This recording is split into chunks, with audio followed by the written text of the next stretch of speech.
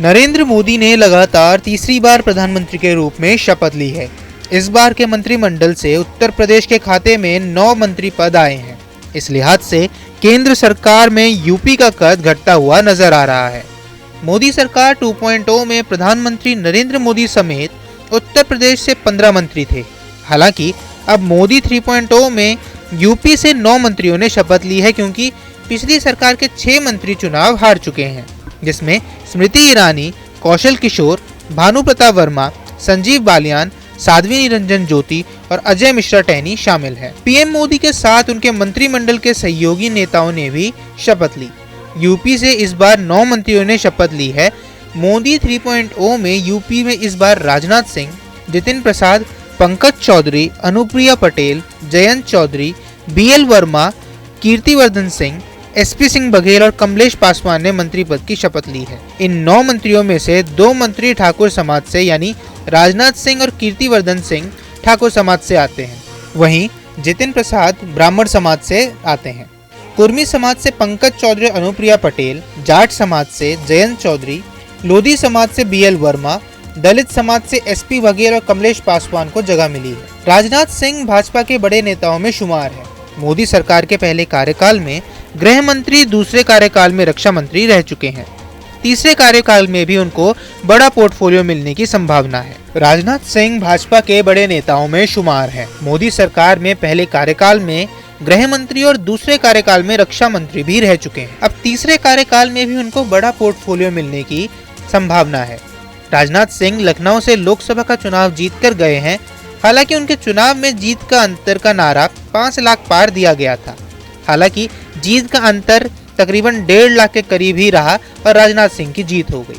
Rajnath Singh BJP के पुराने नेताओं में से हैं और समाजवादी पार्टी से अपने निकटतम प्रतिद्वंदी रविदास मल्होत्रा को 1,35,159 वोटों से हरा चुके हैं। जितिन प्रसाद 2022 विधानसभा चुनाव से पहले भाजपा में शामिल हुए थे। उसके बाद भाजपा से एमएलसी बनाए गए और मौजूदा योगी आदित्यनाथ की सरकार में पीडब्ल्यूडी मंत्री रहे। इस बार जितिन प्रसाद ने पीलीभीत से चुनाव लड़ा और जीते।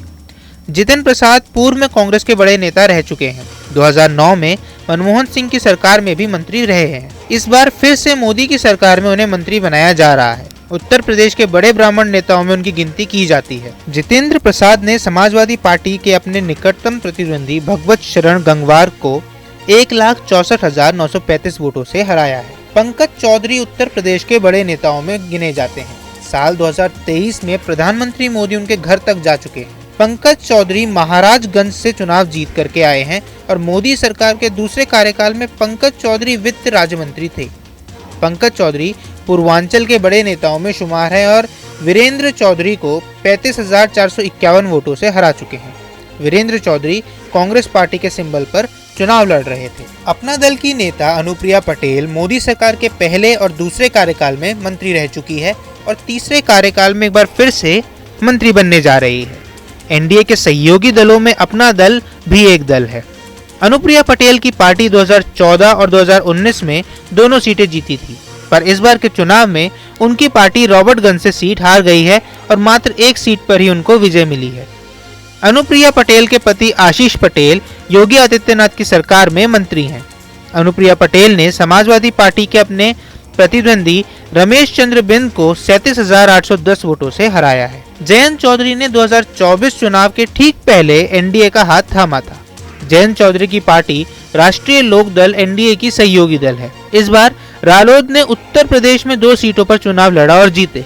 जयंत चौधरी सपा के समर्थन से राज्यसभा के सांसद बने थे। बीएल वर्मा की गिनती उत्तर प्रदेश के बड़े कुर्मी नेताओं में की जाती है। मोदी सरकार के पिछले कार्यकाल में बीएल वर्मा मंत्री रहे थे। वो प्रधानमंत्री नरेंद्र मोदी के बेहद करीबियों में से माने जाते हैं और उत्तर प्रदेश के कुर्मी वोट बैंक पर उनकी बड़ी पकड़ मानी जाती है। कीर्तिवर्धन सिंह लगातार तीसरी बार गोंडा से सांसद बने हैं। वह मनकापुर राजघराने से आते हैं। उनके पिता कुंवर आनंद सिंह बड़े कांग्रेसी थे और सांसद भी रहे थे। उत्तर प्रदेश के अवध क्षेत्र से कीर्तिवर्धन सिंह आते हैं। उन्होंने इस बार बेनी प्रसाद वर्मा की पौत्री श्रेया वर्मा को तकरीबन 47,000 मतों से हराया है। ठाकुरों की नाराजगी की खबरों के बीच कीर्तिवर्धन सिंह को मंत्री बनाया गया है। एसपी सिंह बघेल इस बार भाजपा से दूसरी बार सांसद बने हैं। पहले वे नेताजी मुलायम सिंह यादव के करीबी थे और सपा सदन में गए थे। फिर बाद में वे बीजेपी के साथ आ गए। साल 2014 में उन्होंने फिरोजाबाद से चुनाव लड़ा और हार गए थे।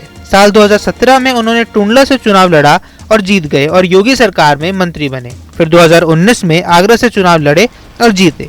मोदी सरकार में कुछ दिनों पहले मोदी मंत्रिमंडल में शामिल हुए हैं और अब 2024 के चुनाव में आगरा से फिर चुनाव जीते और मोदी सरकार में मंत्री बन रहे हैं।